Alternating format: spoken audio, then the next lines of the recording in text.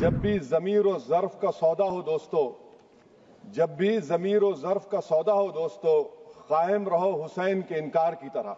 Africa के कानून को महात्मा गांधी ने कहा था कि ये मेरा कॉन्शियंस इसको मानता नहीं, मैं इस कानून को कबूल नहीं करता हूं। तो महात्मा गांधी ने क्या किया, उन्होंने उस कानून को फाड़ दिया। मैं गांधी की तरह इस कानून को फाड़ता हूं। श्री असाउद्दीन ओवैसी।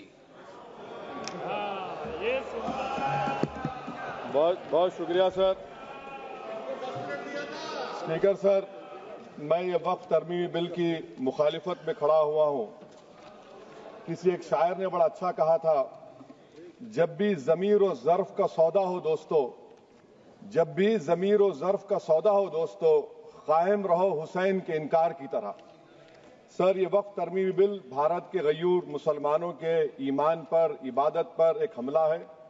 नरेंद्र मोदी की हुकूमत ने इस मुल्क की सबसे बड़ी अक़लियत के खिलाफ एक ऐलान जंग कर दिया, और ये जंग ना सिर्फ मेरे जिस्म पर है, बल्कि मेरी आज़ादी पर, मेरी समाजी और माशी मार्जिनलाइजेशन पर है, मेरी शहरियत पर है, मेरे मदरसे, मस्जिदों, खानखाहों और दरगाहों को निशाना बनाया जा रहा है। और ये हुकूमत सच्चाई को नहीं बयान कर रही है कि ये तरमीमी बिल से मुसलमानों का तहफ़्फ़ुज़, तरक्की और गुर्बत का खात्मा होगा। ये सरासर झूठ है। सर, अगर आप आइन के आर्टिकल 14 को देखेंगे तो उसमें लिखा हुआ है इक्वल प्रोटेक्शन। अब आप देख लीजिए सर कि हिंदू, सिख और जैन को और बौद्ध को उनके एंडोमेंट में तहफ़्फ़ुज़ मिलेगा, क्योंकि उनका एंडोमेंट बाय यूजर बरकरार है और उनका एडमिनिस्ट्रेशन उनके हाथ में होगा कि गैर हिंदू या गैर उनके मजहब का आदमी दान भी दे सकता है उनके लिए, और एंडोमेंट बोर्ड का तहफ़्फ़ुज़ भी मिलेगा, क्योंकि उसके ऊपर ओवरराइडिंग क्लॉज अप्लाई नहीं होगा, लिमिटेशन का कानून उस पर अप्लाई नहीं होगा। उसके बरक्स ऑपोजिट आप देख लीजिए, मुस्लिम वक्फ को वक्फ बाय यूजर निकाल दिया गया। एक मुस्लिम वक्फ की जायदाद पर कब्जा होगा, लिमिटेशन लगेगा, तो जो एनक्रोचर है, जो खाबिज है, वो रातों रात मालिक बन जाएगा और एक गैर मुस्लिम वक्फ बोर्ड को एडमिनिस्टर करेगा। ये आर्टिकल 14 के इक्वल प्रोटेक्शन का वायलेशन। अब आर्टिकल 14 में सर इक्वालिटी बिफोर लॉ भी है, और उसका कैसा वायलेशन हो रहा है कि कोई आर्बिट्ररी स्टेप नहीं ले सकता और कोई भी ऑफिशियल किसी भी तरीके से गलत आर्बिट्ररी फैसला नहीं लगा। यहां पर आप एक डेजिग्नेटेड ऑफिसर को रखकर वो फैसला लेगा कि ये जायदाद वक्फ की है, गवर्नमेंट की है। क्या ये प्रिंसिपल्स ऑफ नेचुरलिटी के खिलाफ नहीं है, जिसका तकर्रुर एग्जीक्यूटिव करती है? ये हमारे theory of separation of powers, Bharat के आइन का बेसिक स्ट्रक्चर का हिस्सा है। क्या इसका वायलेशन नहीं है? सर, आर्टिकल 25 का वायलेशन कैसे है कि आप मुसलमानों से वक्फ बाय यूजर छीन रहे हैं और फिर आप कर्ब कर रहे हैं वक्फ वाल औलाद को, मगर वहीं पर दूसरे धर्म के मानने वालों को उनके मजहब पर चलने की पूरी इजाजत है। लफ्ज जो आर्टिकल 25 में इस्तेमाल हुआ सर, वो इक्वली एंटाइटल्ड, यहां पर मुसलमानों के इक्वल एंटाइटल्ड नहीं हो रहा। अभी हम गृह मंत्री का, वजीर दाखिला का यहां पर उनका हमने तकरीर सुनी, यहां पर वो ये कहते हैं, वजीर दाखिला, शायद वो कटमुल्ला की जबान ना कह दें, वजीर दाखिला कहने पर वजीर दाखिला ने अपने बयान में कहा कि बोर्ड और काउंसिल जो होगा वो माने वक्फ इस्लाम से अलग है।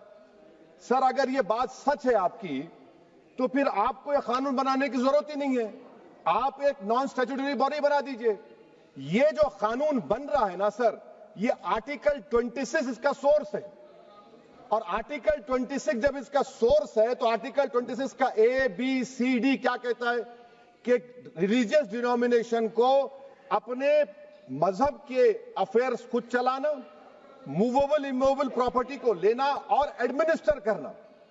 जब हिंदू धर्म को, बौद्ध धर्म को, सिखों को यह राइट दिया गया है, तो आप कैसे मुसलमानों से छीन रहे हैं? तो ये आर्टिकल 26 का ग्रेव वायलेशन है। तो सर, अब वक्फ बाय यूजर का मामला देखिए, मिनिस्टर साहब ने कहा कि एंक्रोचमेंट हो रहा है, 17,000 एंक्रोचमेंट हुए हैं। तो यही नरेंद्र मोदी की हुकूमत ने 2014 में उस वक्त के मंत्री ने एक वक्फ properties eviction of unauthorised occupants bill को इंट्रोड्यूस किया। आपने विड्रॉ कर लिया 2024 में उसको। क्यों विड्रॉ किया सर आपने? जब आप मान रहे थे कि एंक्रोचमेंट हो रहा है तो आपने बिल को विड्रॉ कर लिया। अच्छा सर, अब वक्फ बाय यूजर को आपने निकाल दिया, माने कंडीशन क्या लगाए कि अगर उसमें डिस्प्यूट होगा और गवर्नमेंट प्रॉपर्टी होगी। सर डिस्प्यूट तो है, मिसाल के तौर पर मोहिबुल्लाह साहब जिस मस्जिद के इमाम है, पार्लियामेंट के सामने मस्जिद है सर, 123 प्रॉपर्टीज में मस्जिद है, डिस्प्यूट चल रहा है। कल कलेक्टर या डिस्ट्रिक्ट ऑफिसर बोलेगा कि भाई साहब ये गवर्नमेंट प्रॉपर्टी है, स्टिकर लगा दिया जाएगा, मस्जिद बंद, गवर्नमेंट प्रॉपर्टी हो गई, होगी ना सर। अब ये बताइए, आप जब से यहां पर पूरे बीजेपी रूलिंग पार्टी हमको ज्ञान दे रहे हैं कुछ नहीं होगा, कुछ नहीं होगा, मैं दलील के साथ बता रहा हूं आपको, ये मस्जिद दिल्ली गवर्नमेंट बोलती हमारी है, वक्फ दिल्ली वक्फ बोलता हमारी है, तो सर वक्फ बाय यूजर, अगर मैं अपनी गवर्नमेंट के खिलाफ वक्फ बोर्ड वक्फ बाय यूजर इस्तेमाल नहीं करेगा तो क्या है सर। अच्छा, ये अमेंडमेंट जब हो जाएगा तो मुझे कहने दीजिए सर, सिर्फ प्राचीन मंदिरों की हिफाजत होगी, मस्जिदों की नहीं होगी। अब सर आप आ जाइए, अगर डिस्प्यूट मेरा एंशिएंट मॉन्यूमेंट से वक्फ का, एक मिसाल दे रहा हूं, दिल्ली में 172 वक्फ प्रॉपर्टीज एएसआई कंट्रोल में है, मैं तो हार ही गया वो, क्योंकि मेरे पास डॉक्यूमेंट नहीं है। आप कह रहे हैं कि डॉक्यूमेंट चढ़ाओ, अगर मेरा गवर्नमेंट से डिस्प्यूट चल रहा है मैं तो क्लेम ही नहीं कर सकता, क्योंकि आप जज बनेंगे, आप ही फैसला करेंगे, और जब तक आप फैसला नहीं करते वो वक्फ की प्रॉपर्टी नहीं होगी, वो प्रोविजन डाल दिया आपने। अच्छा, अगर मेरा डिस्प्यूट एंक्रोचर से होगा सर, तो एंक्रोचर में तो आपने तो 107 को डिलीट कर दिया, आप रातों रात खाबिज को, एंक्रोचर को मालिक बना रहे हैं। सर मैं ये पूछना चाहता हूं आपके जरिए हुकूमत से, एक मुंबई में एक बहुत बड़े दौलतमंद है, खोजा बरादरी का यतीम खाना था, उन्होंने 2004 या 5 में 22 करोड़ में खरीद लिया। वो केस सुप्रीम कोर्ट में कि आप उनको मालिक बनाना चाहती है लिमिटेशन एक्ट अप्लाई करके, हमको बताइए, हम जानना चाह रहे हैं। और सच्चर कमेटी ने सर 2007 में कहा कि दिल्ली के 123 प्रॉपर्टीज की मार्केट वैल्यू 6000 करोड़ की। आज हम 2025 में आ गए, क्यों आप उन प्रॉपर्टीज के खिलाफ पड़े हुए? 1976 में उस वक्त के वजीर आजम इंदिरा गांधी लेटर लिखा, इसको आप दे दीजिए, मगर आप उसको मानने को तैयार नहीं है। तो सर और एक जो झूठ फैलाया जा रहा है, management empowerment efficient development, sir this bill takes any management from the hands of Muslims, disempowers the waqf in comparison to any other stakeholder, takes away the efficiency of administration and hampers development. Waqf disempowerment in the name of efficiency, inefficiency is being created. The progress of development from pre-independence till today is sought to be destroyed. Sir अभी हमारे home minister साहब ने फजल पुकाया case का जिक्र किया। Sir मैं आपसे गुजारिश करूंगा कि होम मिनिस्टर जरा अच्छे लोगों को रखकर इंफॉर्मेशन ले, फजल पुकाया का ऑबिटर क्या है? इट इज ऑबिटर, वो रेशो डेसेंडेंटाई नहीं है जो आपने कहा है। अच्छा सर, शेड्यूल ट्राइब के बारे में कहा, क्या शेड्यूल ट्राइब में मुसलमान नहीं होते? शेड्यूल कास्ट में नहीं होता मुसलमान, शेड्यूल ट्राइब में मुसलमान होता, तो क्या आर्टिकल 25 मेरा चला गया, आर्टिकल 26 चला गया, आर्टिकल 14 चला गया, 15 चला गया, 29 चला गया? लक्षद्वीप का एक मुसलमान एमपी है, क्या उसको राइट नहीं है क्योंकि ट्राइबल है? क्या कह रहे हैं आप? इस ऐवान को क्यों गुमराह कर रहे हैं आप शेड्यूल ट्राइब के नाम पर? सर और एक चीज जो आपको बता रहा हूं सर, अब आप जब आर्टिकल 26 से मेरा सोर्स है, तो आप सेंट्रल वक्फ काउंसिल में 22 में से 11 आप नॉन मुस्लिम को बना सकते हैं, रिलीजन न्यूट्रल आपने कह दिया, और आप बनाएंगे, क्यों बनाएंगे आप? स्टेट वक्फ बोर्ड में 7 नॉन मुस्लिम होंगे और 4 मुसलमान, क्यों होंगे? क्योंकि आप लॉ में 95 में डायरेक्ट मैनेजमेंट में ले सकते हैं 5 साल के लिए। आप वक्फ बाय यूजर को आप कलेक्टर डिस्ट्रिक्ट ऑफिसर बोलेगा ये वक्फ की प्रॉपर्टी नहीं है, तो वो वक्फ बोर्ड खामोश बैठ जाएगा, कुछ एक्शन ही नहीं लेगा, क्योंकि वो आपके प्यादे हैं। अच्छा, जब आप नॉमिनेट करेंगे सर मैं मोदी गवर्नमेंट के खिलाफ नो कॉन्फिडेंस ला सकता हूं, मगर वक्फ बोर्ड का चेयरमैन जो नॉमिनेट होगा उसके खिलाफ नो कॉन्फिडेंस नहीं ला सकते, हम बिल्कुल नहीं ला सकते। क्या मजाक है बताइए आप? ये डेमोक्रेसी है। नॉमिनेट भी स्टेट गवर्नमेंट करेगी, वो अगर डिक्टेटर बन जाएगा जैसा आज भारत में हो रहा है तो वो भी नहीं हटेगा। कम से कम यहां पर तो इलेक्शन है, वहां पर तो आप 5 साल झेलते रहो उसको। अच्छा सर, अब ये जो क्लॉज 11 और क्लॉज 9 आप 16AA से देखिए, where the qualification of the members of the board has been limited only to 3 categories. contained in 14(1)(c). Intention is very clear that the majority is to be packed with non-Muslims. So who will defend my interests, sir? If I cannot depend on the State Waqf Board, Central Waqf Council, which are going to comprise non-Muslims, this in itself is a clear violation of Article 26, 14 and 15, sir. अच्छा sir, CO पहले 95 act में था कि word मुस्लिम, आपने गायब कर दिया उसको। अरे आखिर क्यों इतनी नफरत है आपके लफ्ज मुसलमान से? अच्छा फिर क्या कह रहे हैं आप कि ये भी आर्टिकल 26 का वायलेशन है। सब जितने हिंदू धर्म के प्रॉपर्टीज है, सिख धर्म के, बौद्ध के हैं और आपके जैन के, वहां पर उन्हीं के मजहब का ऑफिसर होगा। और कहां पर नहीं होगा? वक्फ बोर्ड में। वक्फ board is a pure religious institution, इसको समझने की जरूरत है।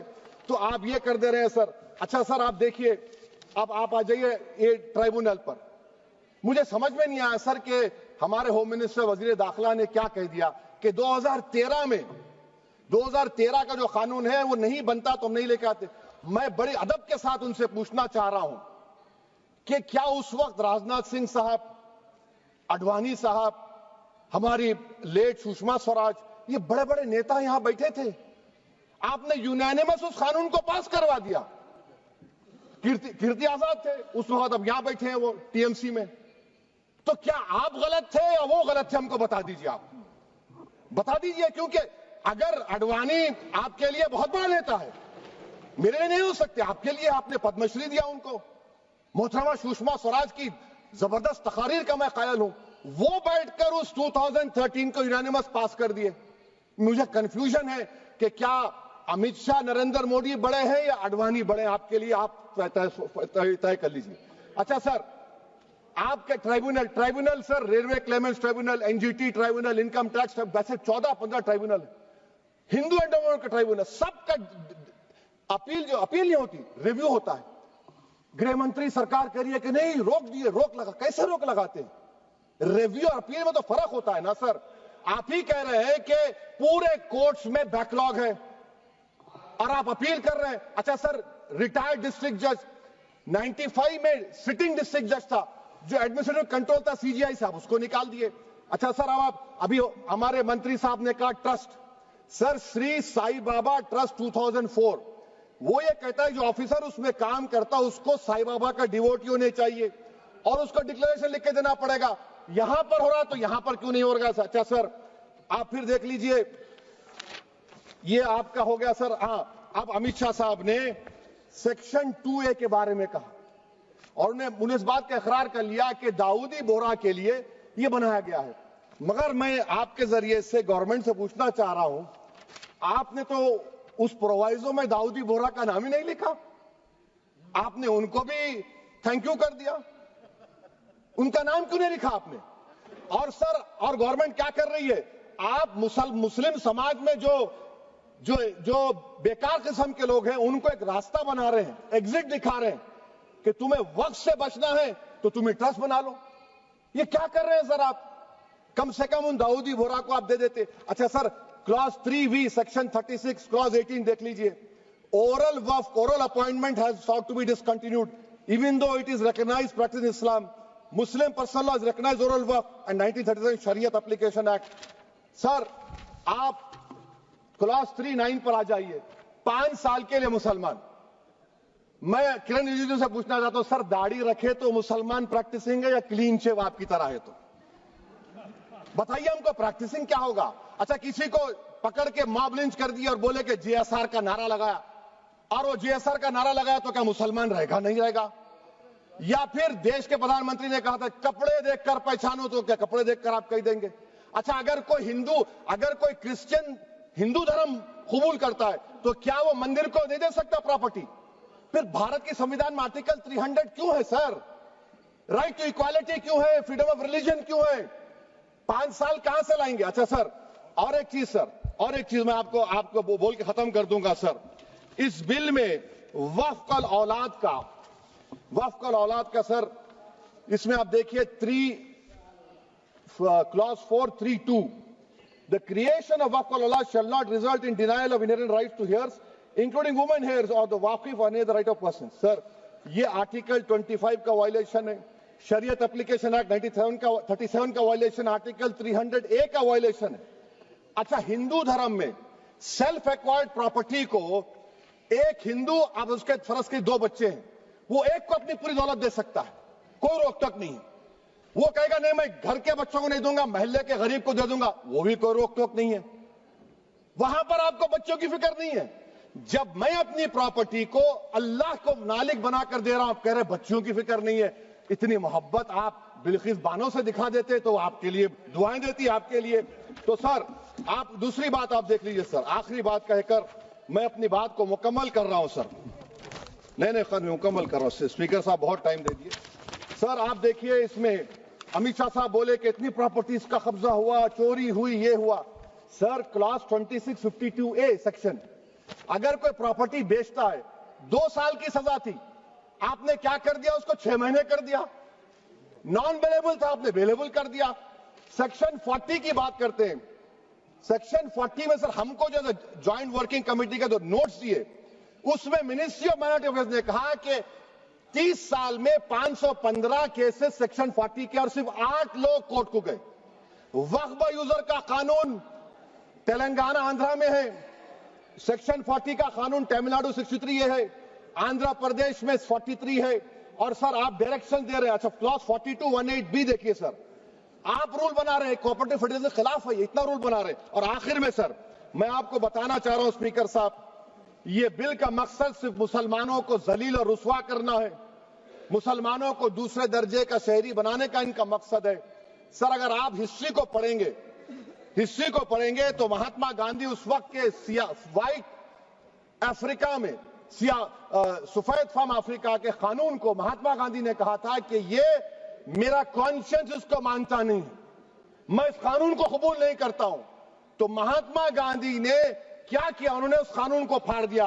तो मैं गांधी की तरह इस कानून को फाड़ता हूं। ये अनकॉन्स्टिट्यूशनल है सर। इस देश में झगड़े पैदा करने का काम बीजेपी करना चाहती है मस्जिद और मंदिर के नाम पर, इसीलिए मैं इसका कंडेम करता हूं। और मैं आपसे गुजारिश करता हूं कि मैंने अपने 10 अमेंडमेंट दी हैं, आप इसको कबूल करिए सर, मुझे बोलने का मौका दीजिए और उस पर डिवीजन का मैं डिमांड भी करूंगा। Thank you sir.